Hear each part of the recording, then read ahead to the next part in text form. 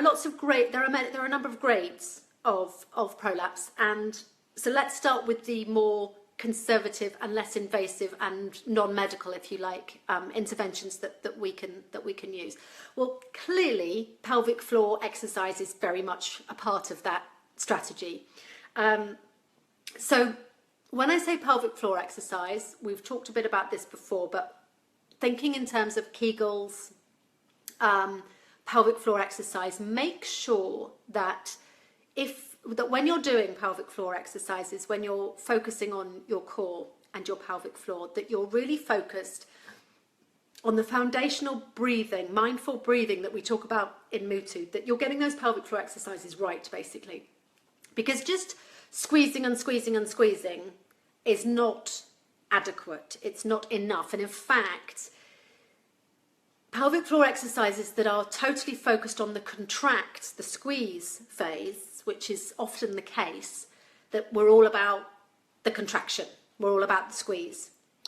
And actually, a pelvic floor that is weak is just as likely to be what we call a hypertonic pelvic floor, too tight. The muscles are too tight. Alignment, we talked a little bit about, so tucking under and all the conversations that I've had that we've had before with regards to alignment, the high heels, the sitting too much, the tucking your tailbone under, all are contributing to a position for those pelvic organs which is not optimal. So remember, when you're sitting, sit on your sit bones, not on your tailbone. Sit as little as possible, walk as much as possible, natural movement, squatting, all of these things are going to help alleviate those symptoms of prolapse. Now, another really big one that you may or may not be aware of is your position when you are going to the toilet.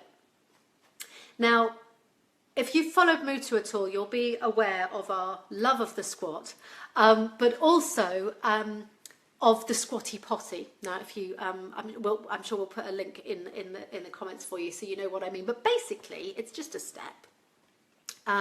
It's something to put your feet on while you're sitting on the toilet. Now, why does this matter? Well, if you raise your feet while you're going to the toilet, then it actually puts your pelvic organs in a much more optimal position to excavate effectively and easily without straining, without pushing. Let's talk first about sort of the core phases of Mutu. So I'm talking about the most foundational, gentle core type exercises. Now, very often we don't stay there for long, but you might be starting with supine or lying on your back exercises. Now, if you are dealing with a prolapse, what can really help is to literally just change the force of gravity a little bit on that and put a wedge. You can actually get like these kind of foam wedges, or you can literally just shove some cushions, some pillows underneath your backside, literally to raise your hips higher than the rest of your body. And then do the breathing exercises and things from there. So what you're doing is you're literally taking the pressure, the force of gravity, you're alleviating, you're easing on your prolapse, okay? So that can make a really big difference in those sort of foundational floor-lying exercises when you're really just starting to connect with your pelvic floor and your core. Raise your backside, raise your pelvis on a wedge type shape, or on a slope. You know, if you're on a bench, if you're in a gym, or if you're on something where you can literally just put yourself on a slope with your hips higher, then you just kind of literally are taking the strain off. You're taking the gravity sort of force away a little bit. So a wedge for those exercises can be really good.